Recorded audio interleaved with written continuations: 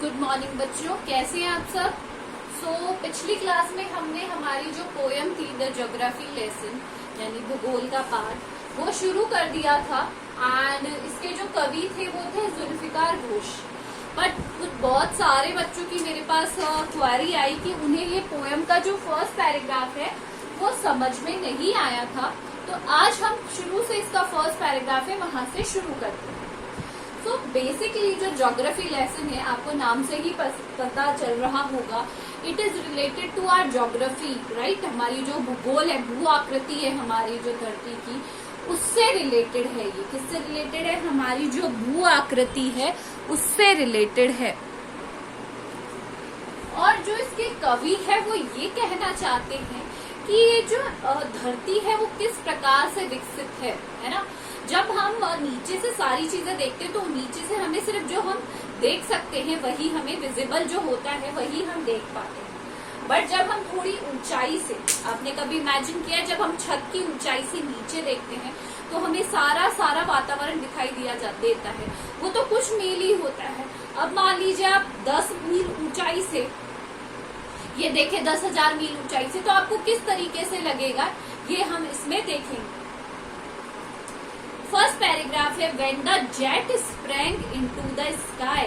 When the jet विमान जब आसमान में ऊपर उठा, जो जेट विमान है वो जब आसमान में ऊपर उठा, it was clear why the city had developed the way it had. तब ये बिल्कुल स्पष्ट हो गया था कि ये जो नगर है, ये जो सिटी है, ये इस प्रकार से क्यों विकसित हुई है, किस प्रकार से विकसित हुई है, कैसे है। ये पूरा जो एनवायरनमेंट है वो सारा नजारा साफ साफ दिख गया। Seeing it scaled 6 inches to the mile। और ये कहाँ से पता चला? जब मैं 6 मील ऊपर उठा, 6 मील इंच ऊपर उठा, तभी मुझे पता चल गया था कि ये जो सिटी है वो कैसे व्यवस्थित हुई। There seemed an inevitably about what on ground had looked haphazard। हैपजर्ड का मतलब होता है रैंडम, अनऑर्गेनाइज्ड। अब ऐसा तो है नहीं कि पूरी जो धरती है वो अनऑर्गेनाइज तरीके से, कि सिस्टमैटिक तरीके से हर एक चीज व्यवस्थित है, ऐसा कुछ भी नहीं है। आपने पहाड़ी एरियाज देखे होंगे, कहीं ऊपर है स्टीप, कहीं नीचे है, तो इस तरीके से जो पूरा एनवायरनमेंट है, पर हम जब ऊपर से देखते हैं तब ये कैसा लगता है? एकदम सुव्यवस्थित लगता है। Unplanned and without stealth when the jet sprang into the sky। और ये इसका आभास कब होता है कवि को कि ये सब अनियोजित है या फिर अव्यवस्थित है ये सब, जब वो थोड़ा सा ऊपर उठता है। समझ में आया? Now the setting। When the jet reached 10,000 feet, it was clear why the country had cities where the river ran and why the valleys were populated। यहाँ पे ये कहा गया है कि जब जो जेट है 10,000 फीट ऊपर जाता है तब यह स्पष्ट हो गया था कि यह देश में जो नगर हैं, जो सिटीज हैं, वह क्यों विकसित हुए हैं, जहाँ नदियां बहती है तथा घाटियां की इतनी जनसंख्या क्यों है, किस लिए है, कितनी लिए है। मतलब जब भी हम किसी चीज को ऊंचाई से देखेंगे ना, आपको पूरी कंट्री दिखाई देती है जब हम आसमान में ऊपर उड़ते हैं, तो 10,000 फीट से आपको ऐसा पता चलता है कि ये जो नगर में किस तरीके से, कोई भी कंट्री में कोई भी सिटी किस तरीके से क्या हुई है, विकसित हुई है। और वहां पर जो क्या है, घाटियां में इतनी जनसंख्या किस लिए? क्योंकि वो है ही वाइड एरिया। हमें लगता है ना कि लोग कंजस्टेड होके रहते हैं, पर ऐसा कुछ भी नहीं।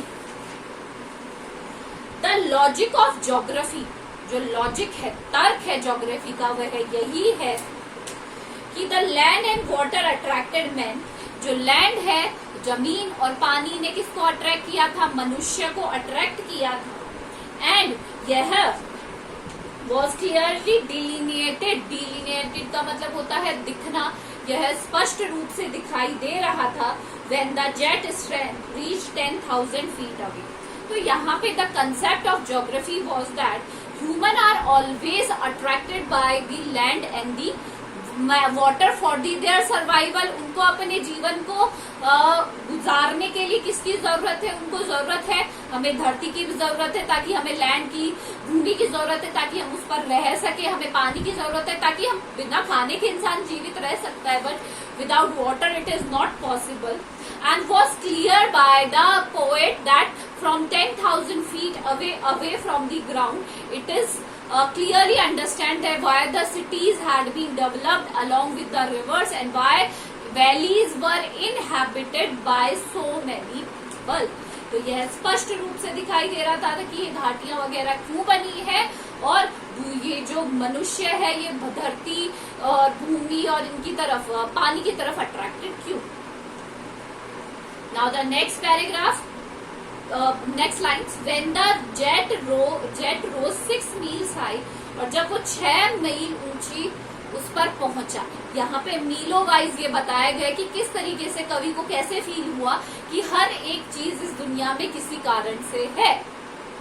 It was clear that earth was round. अब वो जब और थोड़ी ऊंचा उड़ा 6 मील, तो उसे क्या पता चला जो धरती है वो कैसी है? गोल है.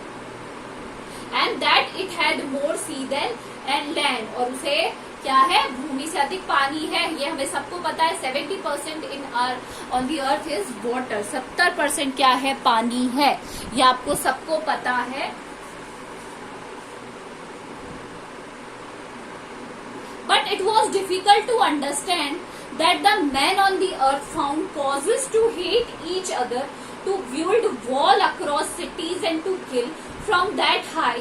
It was not clear why. अब ये लाइन है जो लाइन वाली लास्ट, उनको समझना. बट ये डिफिकल्ट है, ये बहुत मुश्किल है समझना कि जो मैन है धरती पर वो दूसरे व्यक्ति को हेट कैसे कर सकते हैं. किस तरीके से वो दूसरे मनुष्य को हेट करते हैं. टू बिल्ड वॉल सिटीज, और क्या बनाते हैं? मध्य एक दूसरे के दीवारें बना लेते हैं, अपने दिलों के बीच बना लेते हैं, अपने नगरों के बीच में दीवारें बना लेते हैं. एंड तथा क्या करते हैं? एक दूसरे को they use to kill each other, क्या कर देते हैं? मार देते हैं. ईर्ष्या के कारण, जेलसी के कारण, प्राइड के कारण they use to kill each other from the high. It was not clear why. पर उस ऊंचाई से ये नहीं दिखाई देता है कि आज मनुष्य ही मनुष्य का क्या है? दुश्मन है. ऐसा क्यों है कि वो एक दूसरे से हेट करते हैं, जेलसी होती है, या फिर मार देते हैं एक दूसरे को. उन्होंने दीवारें बना ली है अपने दिलों के बीच, अपने नगरों के बीच में. ऐसा क्या है? वो उस ऊंचाई से नहीं दिखाई देता है. ऊंचाई से सिर्फ ये दिखाई देता है कि सब कुछ क्या है? इक्वल है. तो यही इस स्टोरी का है कि this is because we all lived on the same planet and dependent on it our survival. हम इस पे डिपेंडेंट है हमारे सर्वाइवल के लिए. From that height the earth look like one big home. उस ऊंचाई से सिर्फ क्या दिखाई देता है कि अर्थ एक बड़ा सा होम है. And where all creatures lived as a family, जहां पर सारे लोग एज अ फैमिली रहते हैं. ऊंचाई से सब कुछ समान लगता है, कुछ भी उल्टा पुल्टा या कहेंगे ना अनइवन नहीं लगता. आगे आपको समझ में, फिर भी आपको नहीं समझ में आता, just do let me know, I will explain you again. This is all for today. Question answers मैं आपको सेंड कर दूंगी. Thank you.